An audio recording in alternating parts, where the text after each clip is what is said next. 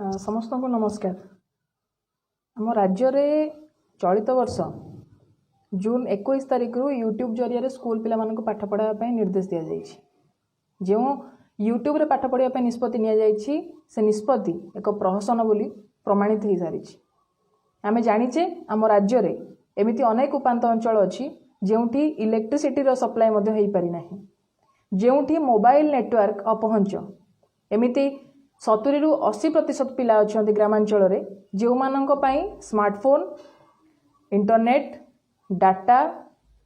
एवं जहाँ आसेसोरीज आवश्यकता अच्छी यूट्यूब रे पाठ पढ़िया पई ताहा अपहंच। एवं सहरांचल कथा जदि आमे देखिबा विभिन्न रिपोर्ट रु जो तथ्य प्रकाशित होउची जे पाखापाखि 50 रु 60% पिलांक पाखरे अर्थर अभाव स्मार्टफोन एवं डाटा उपलब्ध हो पारु नाही, जेउथि पई एई अवहेलित वर्ग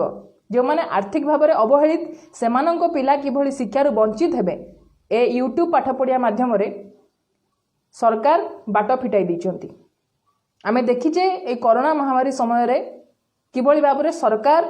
तार परिचालना रे त्रुटि जोगु बा भूल परिचालना जोगु अर्थनीति बुसुडिला एवं से अर्थनीति को सुधारिबा पई से माने कल कारखाना विभिन्न वाणिज्य व्यवसाय संस्था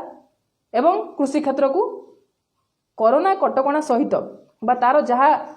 रही गाइडलाइन रही मानी से शिल्पानुष्ठान गुड़ी को बा अर्थनीति को सुधारिया जो सब संस्था गुड़िक व्यवस्था गुड़िक खोलिबा दरकार ताकू सब खोलिया निष्पत्ति नियागला, किंतु समाज को आगे नेवाई जहाँ एकमात्र बाट शिक्षानुष्ठान गुड़ी को गत वर्ष मार्च मासरू शिक्षानुष्ठान गुड़िक ताला पड़ी मझे निष्पत्ति है जे इंटरनेट जरिए पाठ पढ़ा एवं यही कोरोना महामारी समय नेशनल एजुकेशन पॉलिसी कौन सी स्टेक होल्डर सहित बिना आलोचन संसद बिना आलोचन पारित कर दिया गला एवं सही नेशनल एजुकेशन पॉलिसी आधार रे एमाने एबे निष्पत्ति नहीं यूजीसी बा केंद्र सरकार जे ब्लेंडेड मोड ऑफ टीचिंग करा जीवो, अर्थात सिलेबस रो 40% पाठ पढ़ा जीवो ऑनलाइन रे। माने आपणको पिला मो पिला जी भी अछंती जो माने स्मार्टफोन किनी पारु नाहंती, जहार बापा गाई छेली जमी बिकिया पई पड़ुता पिला को स्मार्टफोन देवा पई एवं एमिति अनेक नजर मध्य ओडिशा बा ओडिशा बाहरु आसुची जोटी पिला सुइसाइड कर दउचंती कारण बापा ताको स्मार्टफोन टे देई पारने। केवल स्मार्टफोन नो कथा नाही, एमिति अनेक जगह अछि पिला हमें देखिचे किए गछर डाल रे बसे कि पहाड़ ऊपर चढ़ी मोबाइल नेटवर्क खोजुची एभली जगह रे। आज सरकार जो निष्पत्ति नहीं राज्य सरकार शिक्षा विभाग जो निष्पत्ति नहीं यूट्यूब रे पाठ पढ़ाया पाई ये केवल शिक्षादान जहाँ राष्ट्र दायित्व से दायित्व से मुकुली जावाई से माने चाहिंचंती। तेणु आमे देखुचे परिस्थिति कौन अच्छी एइथिपाई प्रतिटी पिला समस्तंकर शिक्षा पाइबार अधिकार रही एवं शिक्षा पाइबा तांकर मौलिक अधिकार एवं शिक्षादान होउची राष्ट्रर बा व्यवस्थार दायित्व। तेणु आसंता 28 जून रे एआईएसएफ तरफ रु ए जो यूट्यूब माध्यम जो प्रहसन चलती पाठ पढ़ाइबार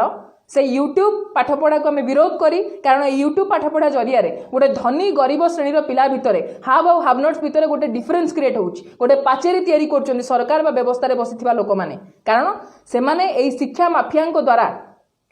इलेक्शन लड़ी थांती गादी रे बसी थांती। तेणु शिक्षा बेपारी मुनाफा पाई एमाने एई भली किछि निष्पत्ति नेउछंती।